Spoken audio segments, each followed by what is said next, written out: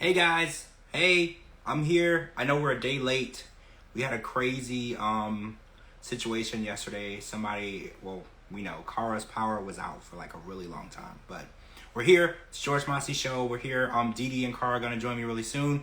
We're doing a double feature, so I don't know how late you guys are gonna be able to stay up with us tonight. Oh look, Pinky's here. Pinky69 is here. Judith is here. Portuguese Princess is here. Sam Bones. Hi everybody. We're gonna start with Before the 90 Days because the finale. Hey Portuguese Princess, the finale was last night, and we have to talk about what happened in this finale because my co-hosts were very, very angry last night after the show aired, so they have a lot to talk about. And I want to give them a chance to talk about that because we're gonna see our very first ever live studio audience tell-all next week, which I was not invited to, so TLC is quite rude. I was not invited to it. I didn't even know about it. So I have put out some emails about the next tell-all and finding out if we can get tickets to get there, all of us. If you're nasty. Well, we try to keep it PG unless Angela's here, right? I feel like we try to keep it PG. DeeDee's here. Oh, Kara's here too. Oh, the language, Pinky. Wow. Hey. Uh-oh, what happened with language? The F word. F word. Hey. Hey, we're gonna have to preface this with we need to let everyone know there's gonna be some language on this one. Oh, so yeah. If you're listening to this at work, probably put in your earbuds so you don't get fired because there will be language, and I'm pretty sure for tomorrow, for the last resort, there'll be explicit content because there's probably gonna be something nasty or gross. I'll just say gross. Yeah. That's going to come up on the show that we're going to be talking about. So we weren't here last night, so we got a lot to cover because we need to talk about Before the 90 Days finale. And then we need to jump in and talk about the other way because we got to jump into this Sarper bed situation. But we can't get too far ahead. We got to get too far ahead because we have to finish off Before the 90 Days first because that is what's going to be at the tell-all next week. So where do you want to start? Because I know Amanda was doing a lot of bullshit in this episode last night. I know it's going to trigger you guys. So I was like, maybe we should not start there. I don't want to trigger you too early on. Hey, Jamie. Hi, Jamie. I love you. Okay. So, let's start with Dempsey because Dempsey made a very interesting realization in this episode because she kept saying that she didn't want to move too fast. She thought that Statler was moving too quickly, and then they just realized that they don't want, Dempsey wants children, Statler does not, which I fully agree with. Statler does not need to have any children if she doesn't want any because her lifestyle does not, I don't see where a child will fit into her lifestyle. So I think that Statler is making a very selfless decision by saying that bringing a child into her lifestyle wouldn't be right for her. I feel like I agree with her 100%, but for some reason, Dempsey feels like they can still move forward. Now, how do you guys feel? Because I felt like this was the perfect opportunity for Dempsey to jump ship and find somebody else. So what the hell is going on? I think Dempsey feels in her soul that if Statler leaves, she's not coming back. So she felt like she was okay to say, see you when you get back. But at the same time, I kind of feel like Dempsey, I feel like they really love each other, which is weird. But talk about being selfless, like not agreeing to not have a child because your partner doesn't want to have a child. Yeah, that says a lot. Well, about her. Dempsey didn't say that. She was like, we can revisit this conversation later. Right. That she didn't say that she was going to be like, well, if you don't want to have a child, I don't want to have one either. She didn't say that. No, I think that originally she said that's a deal breaker. That is a deal breaker. And then she turned around and said, okay, you can move in. So that's strange to me. And also, yeah, because Statler said that if she wanted a child, that it was not going to work between them. Yeah. Well, yeah, and I think that that's a serious conversation that you need to have before you move in because she basically told her, you know what, in a month when your lease is up, I'm not totally against you coming back. Yeah. And I feel like building a foundation is important. And when you know that your foundation, you want different things. I feel like you're building a foundation on sand, right? Like, I feel like there's no strength there because, saying, oh, I don't want a child, but let's talk about it later. You're just saying, let's have this major life-changing fight later. Let's not deal with it now. Let's not deal with the problems that we have now. Let's just pretend they don't exist until things are even more serious and, our lives are even more intertwined. And then let's fight about it later. I feel like that's very toxic, right? That's a very toxic way to deal with any type of problem. But I have a question. So to come to America, I'm not educated on living in different countries, obviously, since I've never traveled outside the US. But is it the same as the US as it is? I mean, for different countries, is it the same? So, doesn't she have to wait or get some kind of? How is she going to get residency there? Well, what I'm under the impression as she has a tourist visa. Right. Those are good for 6 months. So I'm assuming she's going to come over on the tourist visa and then apply for citizenship is what I'm assuming. You're right. They never had one discussion of how she was going to become a citizen. A normal American cannot just wake up one day and say, I want to move to the United Kingdom without filing anything with immigration or the embassy. Yeah. It doesn't work that way. So you're right. They left that conversation completely out, which I thought was strange because the whole purpose of this show is we're learning about the K-1 visa process and how it works and, immigration status and different ways that people are coming over and staying. But with the other way, I'm pretty sure you have to get married to the person in that country in order for you to establish citizenship. It's very strange for you to be able to move to another country without having any ties to anyone there. Yeah. It's a more complicated process. Yeah. So is DMC supposed to take care of both of them until she decides what she's going to do? You nailed it. Statler is looking for somebody to house her and take care of her. Thank you. This is where I was going. I love that you got there before me. Statler is looking for somewhere to park her U-Haul and sit around the house while Dempsey goes out and work. That is Statler's goal. And I know other people can see it too. Because I was like, when you're coming here on a tourist visa, you can't work. So you want to move all of your crap over here, move into her house, let her go to work every day, and you just lay around the house. And then your excuse is, I'm not allowed to work, so it's not my fault, right? Because she can work perfectly fine in Irving, Texas. Right. She can go anywhere she wants to work. She can get any apartment she wants. That's not what she wants. She wants to move in to her house, even though she said there's no hot water heater. She doesn't like how cold it is. She hates everything, but it's the right price, right, DeeDee? Right. It's the right price. It's free. The price is right. So she's willing to look past all of the BS that she can't deal with because as of right now, she's paying something in that apartment in Irving. And she is one of she's saying the same thing that everybody is saying whenever they move over to another country. They're giving up everything. Yeah. Who in the hell told you to pack up and go over there anyway? Dempsey didn't even ask you to go over there. You decided you wanted to live over there because your apartment's fixing to be up. Your lease of your apartment is fixing to be up. What the hell are you giving up? You're single and lonely in your apartment that the lease is running out. She's giving up having to work every day and take care of herself. That's what she's giving up. Also, TJ, I was actually watching 90 Day Fiancé UK. So same-sex marriage is totally allowed in the UK. They're basically where we are. Is same-sex, trans, all of the different variations of marriage are allowed in the UK. And someone actually on the 90 Day Fiancé UK, she's trans, and she's marrying a man from, I believe he's from, maybe Turkey.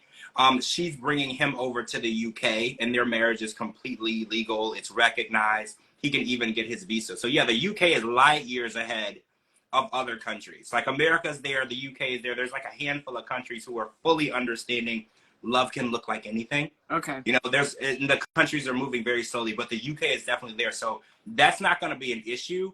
My issue is I don't want Dempsey to marry her because then she's stuck. She can't get rid of her. Because do you feel like she's a squatter? I feel like Statler's a squatter. 100%. She's totally a squatter. Even if things are not going well, she won't leave. Shane and Mert. Thank you, Portuguese Princess. That's exactly what I'm talking about. Shane and Mert. Where is Mert from? And did I get it right? Is it Turkey? I felt like it was Turkey, but I'm not sure. I don't know, but I feel like Statler's landlord back in the U.S. is going, woohoo, we're getting her out. Well, right. She's she never paid rent on time, right? You know she never did. You know she was a nightmare to deal with. You know that she probably threw sex parties every night, right? You know that apartment is going to have to be sanitized by, like, you know, the crime scene people who come and sanitize after someone blows their head off. That's going to be who comes to clean Statler's apartment just to sanitize it enough that another living thing can move in, right? Because I feel like she just was doing it everywhere, right? Because she basically said it. She does it everywhere. The airport, anywhere that's possible to do it, she was doing it there. So imagine what that apartment is like. It's like Sarper's apartment, right? I can't wait to talk about that. I wish we could go there now, right? I wish we could go there now. I can't wait to talk about that. Well, Yeah. She is like clingy. She told Dempsey that she is clingy. She wants her partner with her 24/7, 7 days a week. So I think if she moves over there, if she does wind up going over there, I think that it's not going to last long because she's not going to. This is another Brandon and Mary situation. Yes. They're going to have to be stuck like Chuck 24 hours a day, 7 days a week. And Statler always makes it about her. She always does the guilt trip. She's always talking about, well, I was adopted. My parents didn't love me. I've always been neglected. She knows exactly what to say to Dempsey to get Dempsey to agree with anything that she wants to do. She plays the guilty trick on everybody. I feel like Dempsey's such a sweetheart, and she's got. So Statler went over there looking for a place to live and hopefully a hookup. And Dempsey went into it with hoping she would find her person and her soulmate. And now Dempsey is going to be stuck with so much more than she ever bargained for. And she's rid of it. It's a scam. It's a scam. She's getting scammed. Yeah. She doesn't see it. And Dempsey has a lot of emotion. She's connected to her emotions. So when Statler fake cries and she fake says how hurt she is, and she's like, but I just really love you, and I just feel like even though we have issues, we can make it work. That's all manipulation. That's just ignore all of my red flags and just let me move into your house, and then we'll go from there, right? So I can be squatter rights. Squatter rights, right? As long as you've been there for, what, a month, you can squat. That's all she's working on. And it's like, I want to see at the tell-all what the situation is, because I can't imagine they're still in a relationship, right? Because I was like, the reason why Dempsey was so willing to move forward knowing that they won't be able to have children together is because she knows it probably won't progress to that level, right? It's not going to ever progress to that. A year or two down the line, Dempsey will be still doing what she's doing, working, living her best life, and Statler will be with some other English woman, right? It's exactly what I see, if that's not already the case now. Yeah, I agree 100%. So let's talk about Violet and her pregnancy. So Violet has said that she's pregnant with Riley's child. So Riley gave us some background information, which we were kind of hungry for, right? We were like, what's the deal with this? Because we never saw them even remotely look like they were intimate. So apparently the night before Riley was to leave, she went up to his hotel room. He said it started from cuddling and it progressed. And then Kara, I think you're the one that sent me some text messages where someone said online that she was already pregnant and she needed a way to make it seem like it was his child. And we saw the text messages where the person was like, have sex with him one time. The shirtless guy. Yeah. The baby daddy, if she's pregnant. But either him or her husband, or maybe one of her little flings that she's got going on the side that's giving her all that money. Right. Well, Riley is on a medication. He didn't give us the name of it, but it's a medication that makes him basically infertile. He cannot, and it's not like a forever thing. He said once he was to take off the medication, remove the medication from his system, he would be able to build up to have children again. But Violet didn't know that. So she is trying to sell the fact that, oh, we were intimate once. And let's not also forget, Violet is 43 years old. So when it comes to conceiving at a later age in life, it takes much, much longer than if you're like Brandon and Mary's age, where you do it once and it's like, oh shit, we about to have a baby. Yeah. It does not work that way later in life. You have to put in a lot of work, effort. Sometimes you even have to like change your diet, go on certain vitamins. Like you have to make this process work for you. So the idea that she thinks that, and then, okay, I want to go into something else. So after she announced that she was pregnant, she's like, when are you going to marry me? What the actual hell. Yeah. She basically told him to get the hell out of my country and I don't want to see you anymore. Yeah. Right? So like now she's like, well, when are you going to marry me? Just marry me already. What is her end game? Does she want to come to America? Because you didn't think she did. So do you think that she wants him to believe that he has a baby over there so he's going to be sending money regularly? Yep. Like, is that the plan? 100%. Yeah. He said he told her that he would pay for the doctor and pay for all the prenatal and all that shit. And she said, no, I have my own doctor. So Right, because he wanted a doctor that she didn't find because they could all be in on it. They could all be in on the scam. He has no idea what, or the person that she claims she's seeing might not even be a doctor. Yep. All he wants is a non-biased person who doesn't know her, to see her, to verify that. And she's like, well, no, I can't possibly go to your doctor because then that doctor will be like, she's not even pregnant. Or, okay, I don't want to even go there because I don't further want to along than what she's saying. Well, right. I was going to say she might be pregnant. I don't even want to throw her under the bus and say she's not even with child. I don't know that. But there's no chance in hell that Riley put a child in that oven. No. There's no chance. No. Even with the medication situation, it would have took more than one time. I'm sorry, but like later in life, it's harder for couples to conceive. It's not like when you turn 18 or 19 and the two stupid teenagers hook up after prom and then all of a sudden you got a baby. It is not that easy anymore. You have to see doctors, it's fertility, there's like all these things. So even being the pregnancy, but another question, how is she going to play this off? Because she would really have to be pregnant because you would have to produce an actual child to keep the money flowing in. But how would she convince Riley that the child is his? Because wasn't the shirtless man a different color than Riley? I don't know if he was a different color. Never showed the shirtless man. Oh, we never saw him at all. Okay, I thought they blurred out the face, but we saw him.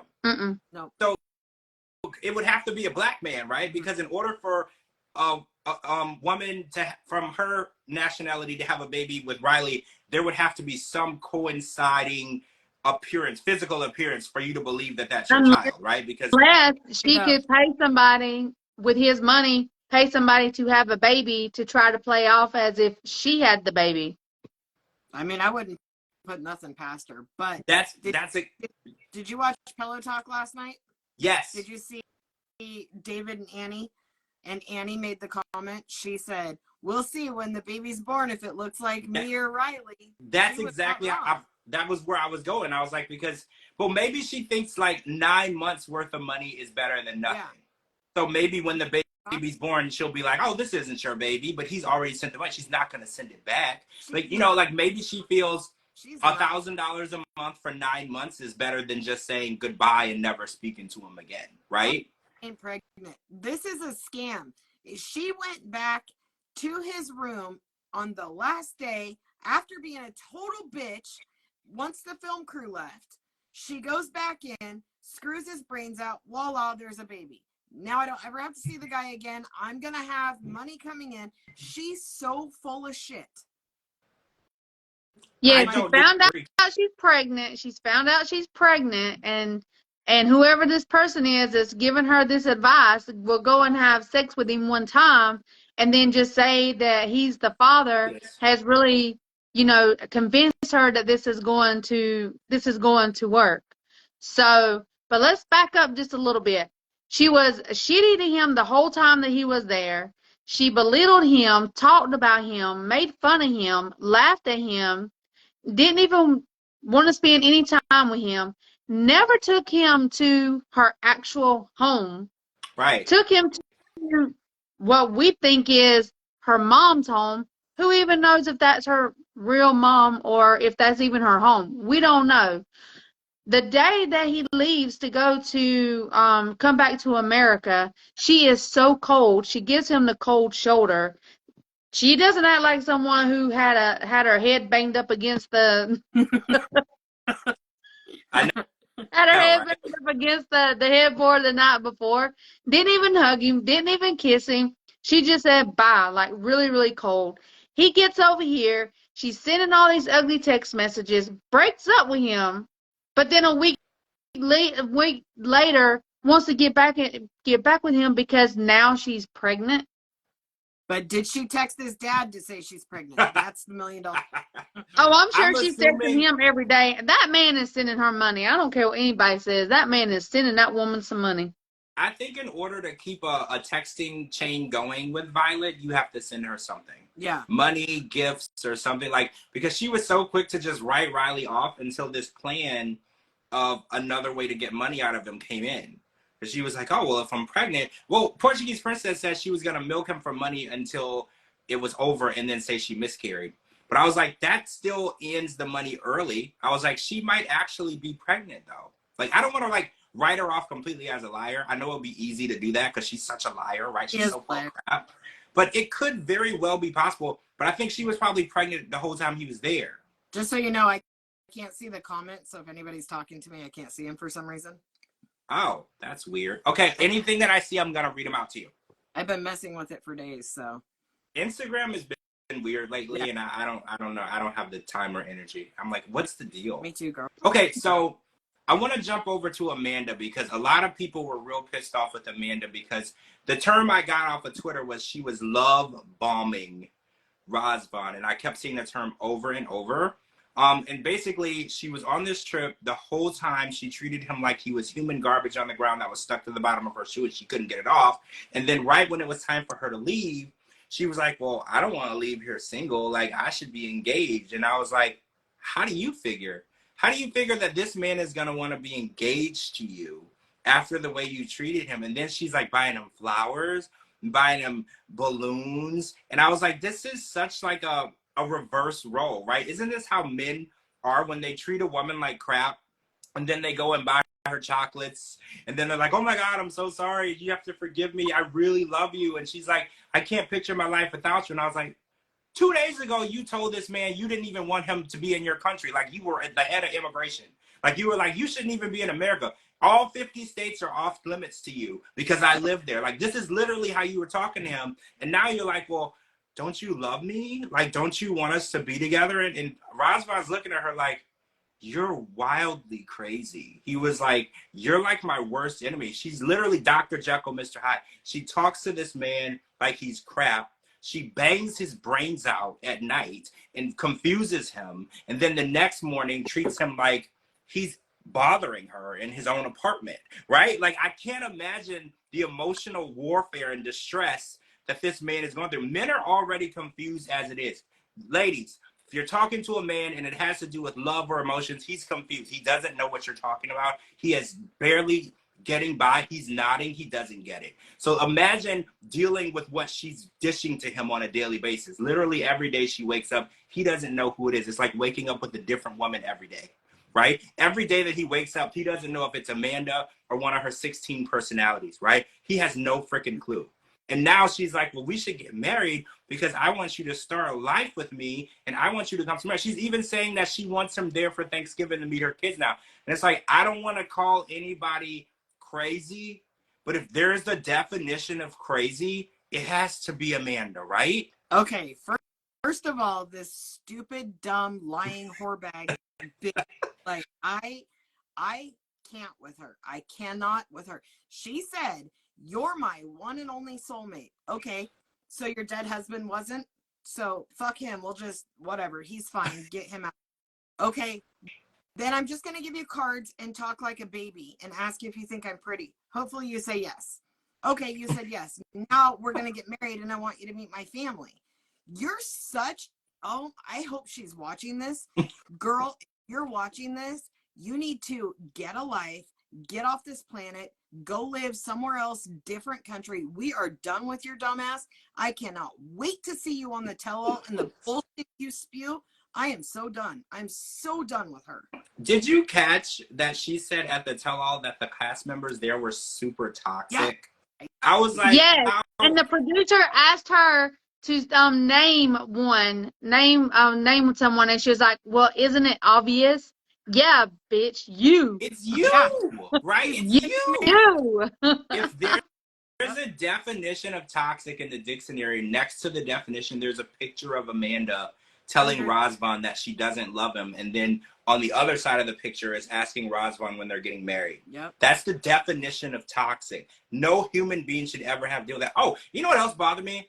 she says she has no issue talking horribly to him to his face, but when she needs to say something nice to him and express how much she actually loves him, she has to write it down. Yeah. Did you catch that? That's Yeah. really freaking toxic to me. Like, you can tell me that I'm inadequate, I'll never be your ex, I'll never be the right person for you, I can never be able to take care of you, but when you want to compliment me, you can't say it to me. You have to write it down. What the hell is that? That's how you know a person is fake. Narcissistic little bitch. I was so done. I was like, so you can tell him to his face every nasty possible thing that you could ever say. But when it comes to complimenting him, she's like, I'm not good with my words. I'm like, well, you're good with calling him everything other than a decent human being, right? And like, you're good with that to his face. And to your dead husband. Like, I'm like, she makes my skin crawl. I dislike Amanda almost as much as I dislike Ed and Angela. That's how bad that is. She's all the way up. All the way up. Yes. Is definitely top 3. And we just met her. That says a lot because we've been dealing with Ed and Angela for a long time. So that says a lot. If I don't ever see her again, it'll be too soon. I just feel like the way that she treated him was so, like, okay, so say the roles were reversed and there was a man treating a woman that way, it wouldn't be okay. Like, they probably wouldn't even air it. Nope. They would never allow that type of verbal and emotional abuse. It's just wrong. So the fact that she was able to get away with it because she's a woman, right? And I don't want to get like technical or like political or whatever, but it's like, if a man was being so verbally abusive and disgusting to a woman that way, we would not even allow it. It's always okay when it's a freaking woman. Look at Chris and Jamie. Chris got physical with Jamie and TLC just brushed it off. It's no big deal. Whatever. Angela gets in Liz's face this far away. Holy. Man, I wish that bitch would get in my face. God, I wish Angela was kissing Liz. Mm-hmm. Literally. I wish she was in my face, but she's not. Anyway, we gotta bridge this double gap, right? Like, we need to demand everyone needs to respect everyone, regardless of your gender. Because I'm so sick of seeing women getting away with this, because we would never stand for a man to treat a woman that way. Strangers would get involved, okay? Like, we would never stand for it. So we have to make sure that we are demanding respect for everybody.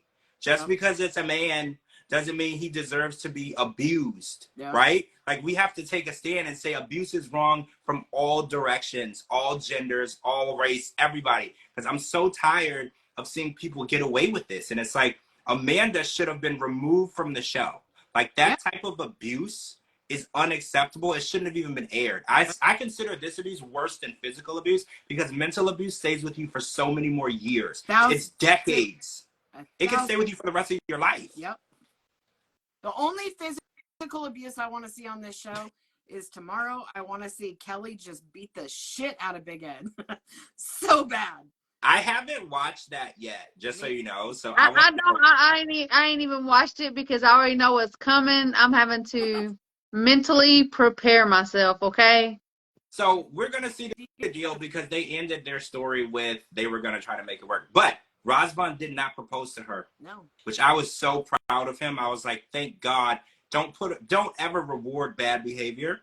Right? Like, so she was like sitting at the table thinking that she's about to get proposed to, and he was just like, you're toxic and you're bad. Or I was like, good for you. I was like, don't give her anything. Let her leave there without a ring and let her think about what she did on her airplane ride back home. Think about how you acted and how you are going to change your behavior on the way back, right? Because that's your issue. Like, how dare you think you deserve a proposal from this man? How dare you think that you deserve a ring from this man after all the shit? You should be on your knees begging him to even meet you. Yep. He should have kicked you out of his apartment, right? You should have had to take an Uber to the damn airport. He should have been done with you earlier on.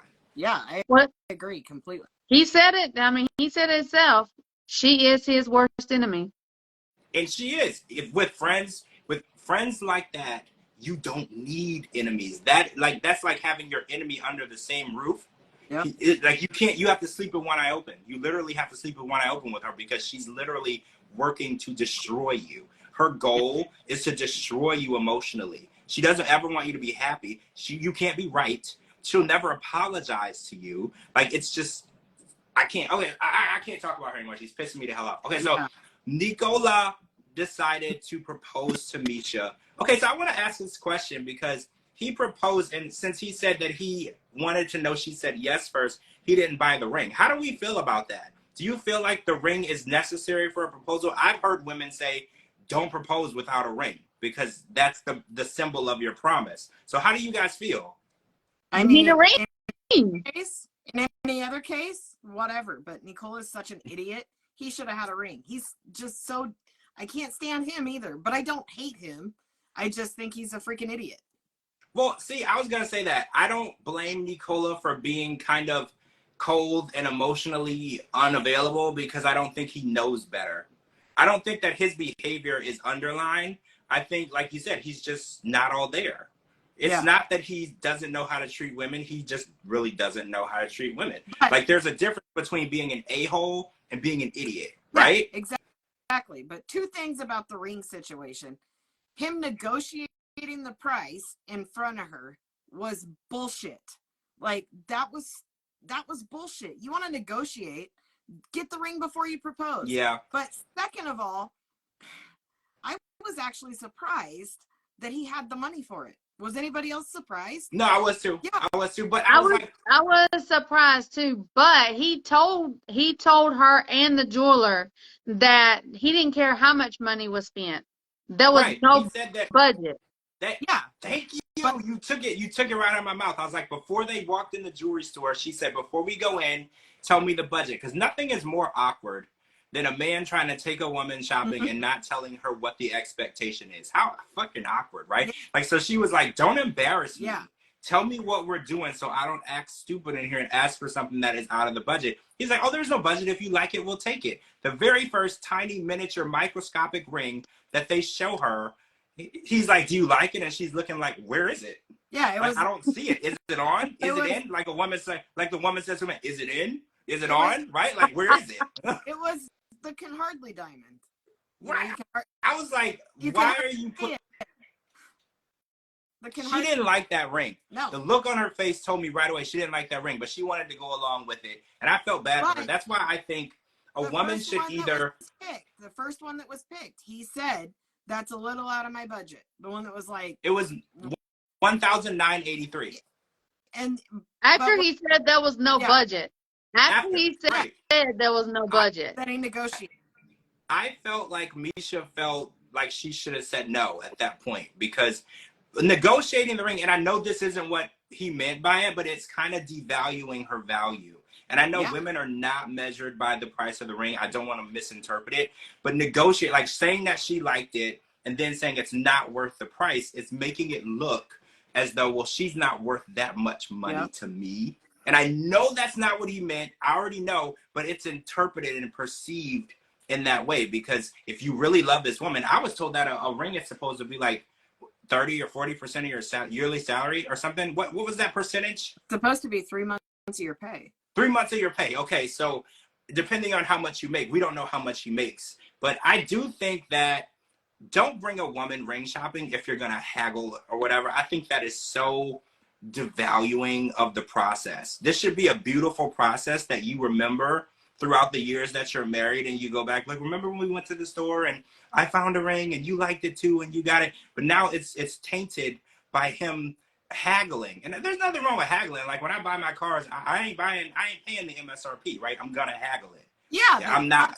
But you don't do it in front of the person that you don't do it in front of the person.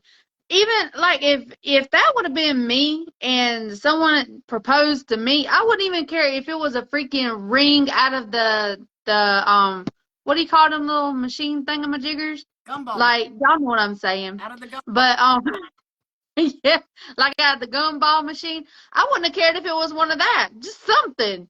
And then you say, well, I wanted to make sure you say yes before I bought the ring.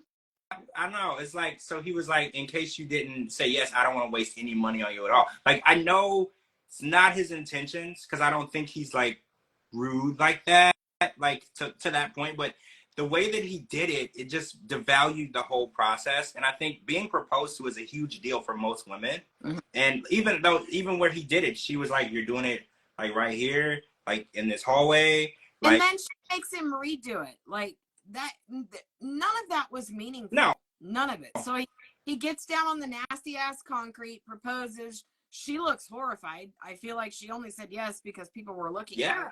Then he goes and bargains for the ring, and then she makes him re-propose on the nasty ass jewelry floor. Like, none of this was good. None of it was good at all. I think that he should have bought the ring, and if she didn't like it, that's a situation y'all can deal with later, but he should have had a ring for her to put on, and he should have did it at that temple, the one that he took her to that she really enjoyed being at. Like, I want to say it was the one that they said that Jesus actually went to or something. That would have been a perfect location for him to do it. Like, where they were, it made no sense at all. I was like, this is so unplanned. This is so, I don't know, like, the story is never going to be something you're going to want to tell anybody. No, it's because TLC producers were standing there going, you guys got 7 minutes and it's a wrap for the season. Well, yeah, that's true. He's it was probably time for them to head back. Will you marry me? Oh, let's talk about something because you were both right and I was not. Misha said that, because he brought up the fact that he didn't want her to apply for any visas or do anything until the annulment was done. Yeah. And she said, oh, so now we're getting technical with religion, because she said we've been having premarital sex the whole trip. Y'all called it. You both called it, because I was like, oh, no, there's no way. He's super religious. He would never compromise. He's judging her past. They've been doing it the whole time. Y'all are both right. We know. I just thought the way that he was so judgmental, I was like, there's no way that he's breaking the cardinal rule, right? There's no way. He's on armpits and eats his steering wheel. Like, this guy is a Looney Tune. George, what did I say? What did I say? And Cara has backed me up every time I've said this. The ones that walk around and act like they are high and mighty Christians, those are the ones that are committing the most sin. 100%. It is crazy. So, okay, apparently Portuguese Princess said everybody knew but me. I'm the only one that thought that he was legit sticking to it. I guess, I mean, I don't know. I thought since he was being so judgmental to her for even being married before, I was like, there's no way that he's literally a hypocrite, right? There's no chance. And then she's supporting and condoning him being a hypocrite because she shouldn't have had sex with him, because that's letting him be a judgmental hypocrite. Like, she kind of played a role in that. She should have been like, well, no, you don't get any of this until we get married, because you shamed me for being married and you shamed me for having my kids when there's absolutely nothing wrong with that. So you don't get to have none of this. Yeah. You have to marry me first. That's what she should have did. 100%. But yeah, what's the deal with the sniffing his armpits? I'm confused. Is it to see if you stink? Is that? I think it's because he's a freaking weirdo. Plain and simple. The guy's a weirdo. Because I wear deodorant. He's a weirdo. Deodorant, you're fine, right? He's disgusting. He's just a disgusting. Yeah. And do you guys think he really eats the steering wheel? I don't know. That's what they said on Twitter. On Twitter, they said it looks like an animal was eating it, and he clearly doesn't have an animal. So I was like, is he really biting the steering wheel and eating it? With Nicole, it's pretty bad. there's no telling. Tracy, you're right. She said you knew that heavy petting was going to lead to something else. You're right. Heavy petting for a virgin, it's going to be difficult to just say, oh, well, let's go to bed now, right? I get it now, but I was just like, the way that he's being judgmental for her life, for stuff that she didn't even do, I was just like, I'm sorry. There's no way that he's a hypocrite. But he is. He's a hypocrite. And we know they're here. So I kind of want to see how it goes on the tell-all, because her daughters are going to be there, and they're going to tell us what it's like living with this man. But it looked dealing with like this on man. the tell-all. Wasn't he on the screen on the tell-all preview? Yeah. He wasn't there in person. Well, he's here now, though. Is he? Yeah, but he could. I think that was probably before he came. Oh, I don't know.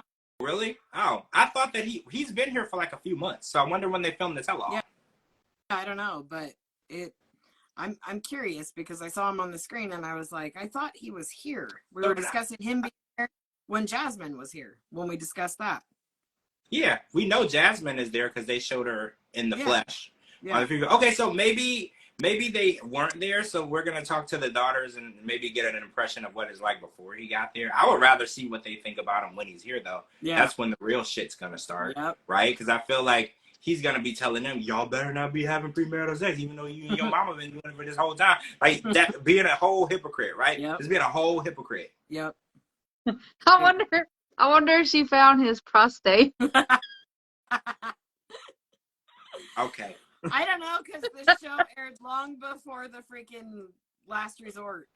Or they filmed before. Oh my gosh. Yeah. I So, had to say that. I'm sorry.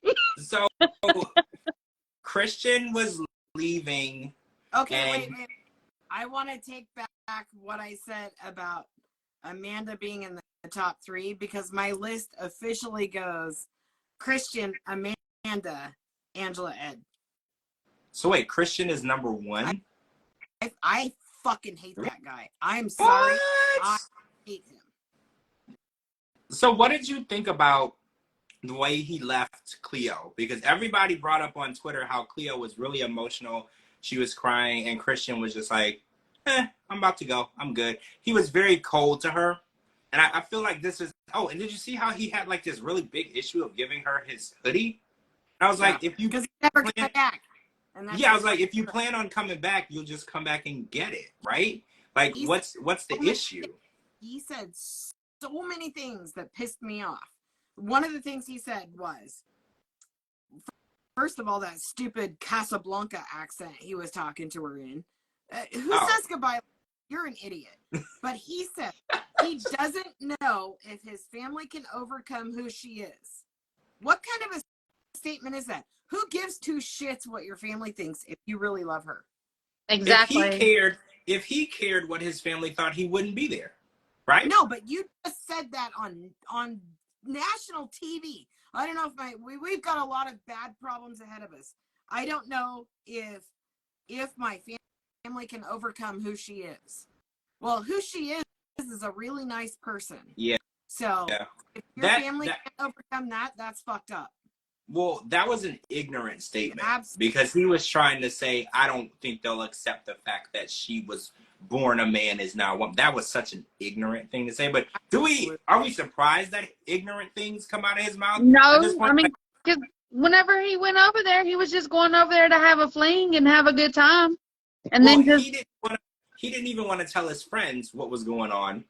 Because they were like, well, what's up with the bottom surgery? What's going on? He's like, that's personal. I don't want anyone to know. He didn't want anyone to know, even though they were going to be filming it and we were going to see it. He didn't even tell TLC the truth. He lied to TLC. He told them, he told them that they were not intimate. And Cleo when they were. In many different ways, right? Like, I think that this guy is one of those misogynist, closeted men who want to do things with different genders, different sexes, but don't want anyone to know. Frat boy activity, right? He's also an alcoholic, so the guy. Yeah, so you're telling me that who preys on single women in a bar. Yeah, dude, right. Or pretty much anywhere. Okay. He sees a single woman. But this statement that he said, we have a lot of things going against us. Like, she's the first autistic and trans person I've ever dated. Why is that going against us? Right, like that's a negative character trait, right? That's what he's saying. Like, that's a negative trait that she brought to the relationship. And it's like, how is that a negative trait? Uh-oh, George. Oh, there you are. Oh, here we are. Okay. Yeah, like, I didn't like how he made it seem like who she is as a person is a negative thing for him. Not at because all. if that was a problem for you, why were you talking to her for so long? Why did you get on a plane? Why did you have sex with her? Yep. Why did you tell her you loved her? Like, if who she is as a human being bothers you, you had no reason to be. No one forced you to be there. If her being autistic was an issue, you could have ended it before anything started. Yep. Because you know damn well Cleo was super, super honest from the very beginning. So if she told you anything about herself that you didn't like, you could have walked away, and you didn't. Yep. You walked all the way into her bed, okay? So don't try to act like it's a problem now, because when you were in her bed with her, it wasn't a problem until people started asking you about it. Yep. She was absolutely devastated he left. He's like, bye. All right. There was no emotion at all. He felt nothing. And everybody was like, she's literally falling apart at the seams, right? She had to turn around and face the other direction because she literally couldn't handle watching the car drive away. Yep. That's how bad it was. I was like, this is so emotional, but it's like a one-sided emotion. I was like, she's so affected. And he was just like, this is the end of my trip. I'm going back home. And he was like, good to go. You know, like he literally couldn't care less. And everyone said, they were like, this is the way someone acts who knows he's never going to see that person again. Right? Yep. It's exactly how I felt. I was like, he knows this is it. He's never coming back there. They're never going to be. That's why he had such an issue with her having his hoodie. He's like, damn, I'm never getting that hoodie back. Yeah. Right? Because he knew there's no chance he's ever going to go anywhere near her again. Yep. Which is best. That's best for her, though. I'm happy he's never going to go near her again. She's not going to see it. She's going to be hurt. But this is the best. But it's what really made me mad is whenever whenever he was on the plane, he said that he sent her a text saying that that he was going to come back real soon. And then what did he say? I don't know if that is even a true statement. Yep. Oh, he knows it's not a true statement. He know. When he left, like you went over there and you literally messed with this wonderful person. She did everything in her power to make you happy. You did not respect her, not one bit. You disrespected her. She went to school. You hung out with women. You invited a stranger to her home, and whenever y'all went out, you completely ignored her to flirt with other women. Yep. Then you lied, saying that y'all weren't intimate when you were. This guy is a horrible human.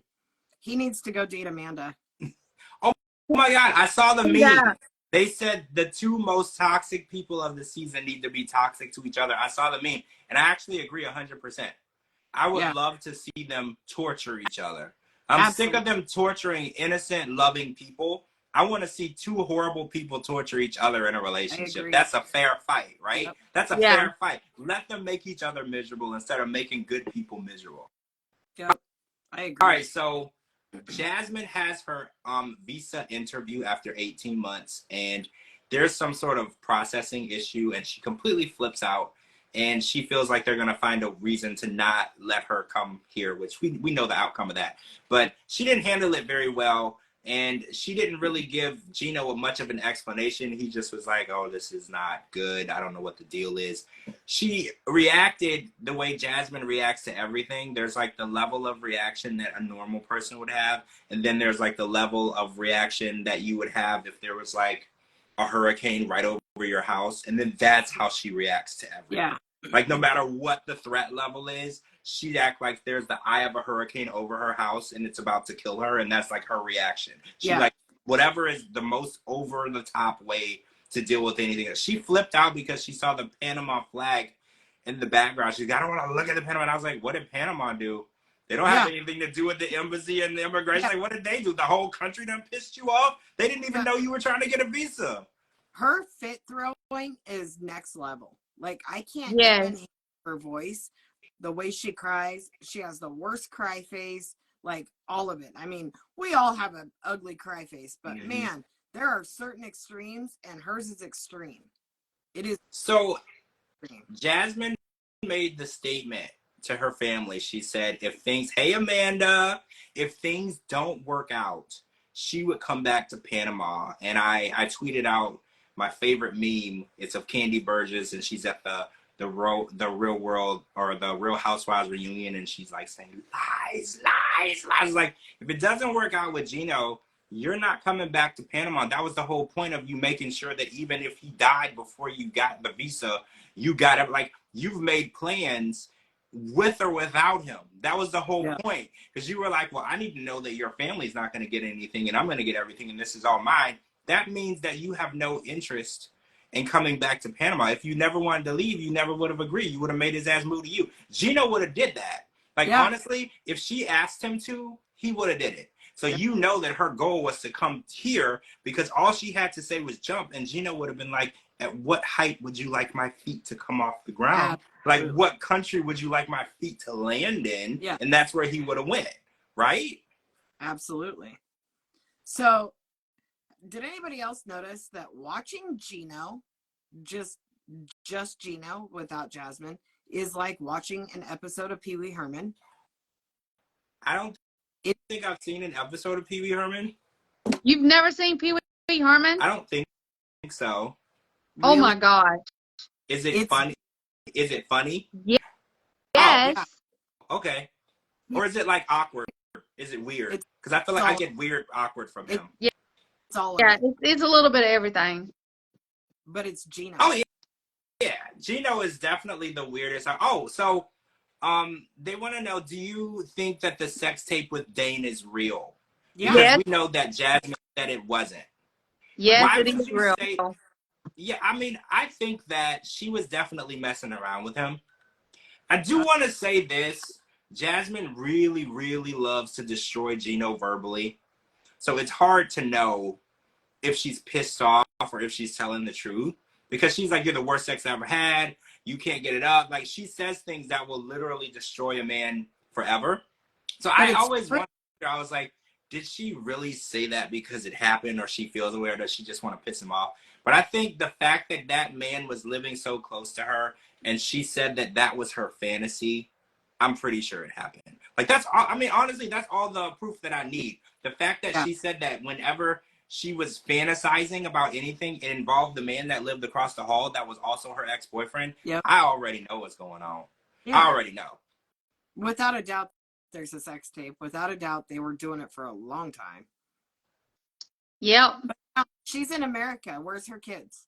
She just bail on them? See, that was on Twitter last night. Everyone was like, Larissa? they didn't even, she didn't even talk about it. She didn't, you know how, what's her name? Sheila had a plan for John Rail. Like, she was like, if I'm going to do this, the plan involves John Rail. This is all happening. We're a family, whatever. Jasmine never even made it seem like there's a plan to bring them over. Like, everyone was like, this is kind of like what Larissa did. Yeah. Larissa had the plan to come over, live with Colt, kick Colt's mom out, take over the house. The plan for the kids was never discussed. Yeah. And everybody always kept asking. They were like, when are you going to bring your kids over? What's going on? You've been here like a year. You've been here 2 years. You've been here 3 years. And there's never even been a plan. And I feel like she should have at least had like a timeline. Yeah. Because even if she can't bring them with her, she should at least work on getting them a visa where they can come and visit her. Yeah. Like, there should be some sort of plan laid out. And I feel like she never once even made it seem like that was an important thing to her. Because she was like, okay, so when she was saying, Gino, I want you to add me to the will. She's like, why don't you add me and my kids to your will? You know, why were her kids never in a priority in any of her plans? The kids were never in the plan. Yep. Well, yeah, I mean, exactly. It's like there are no kids. Like, exactly. Like, how can you possibly plan a life in another country with no actual plan on how your kids are going to be a part of that life? Yeah. That's just unfathomable to me. And it's like Larissa did it too, because we were all confused. We were like, you're planning a life, you're making these plans, you have all these things that you're going to do with your life, you have a timeline, and the kids never made it onto the timeline. That's so strange. Yeah. And then as far as we know, does she visit them? Like, she doesn't post pictures with them and stuff. Like, I don't know. It's just, I don't think so. I know. I don't know. She blocked me because when I called her out on it, when I called Larissa out on it on the podcast back when her season was airing, she couldn't stand me. She has me blocked. She's had me blocked for years. But I just asked her. I was like, "What's the plan with the kids? I'm just looking out for the kids. I want to make sure that they get to see you." And I was instantly blocked. Instantly blocked. Yeah, it's bad. Well, we already know that her so-called sister, we all know that's her daughter. Yeah. Well, that would still leave another kid, right? There's two. Yeah. So where's the Is it supposed? Wasn't she said a boy and a girl, right? She said 2 boys, but that's what we were talking about. So there's probably 3. There's probably 3 kids. Yeah. 2 boys that probably belong to the same guy, and that's where they are. And then this She daughter. She probably had the daughter with someone else, but is putting off on the mom to make it look like that's her sister. Yep. Yeah. I can't. I know. Everybody, she gets mad at a lot of people because I follow her on Instagram and TikTok, and she gets really mad when people ask if that is her daughter. She keeps denying it. Well, why do we think she's going to say the truth? She don't even talk about her other 2 kids that she's got. Nope. Yeah, if that was me and that was truly my sister and people were asking, I would be like, no, I have 2 boys. They live with their father. They choose, I would try to give some sort of explanation, but instead she just gets pissed off when someone asks, and that's that. But that is her daughter. It looks just like her. I mean, she looks just like her.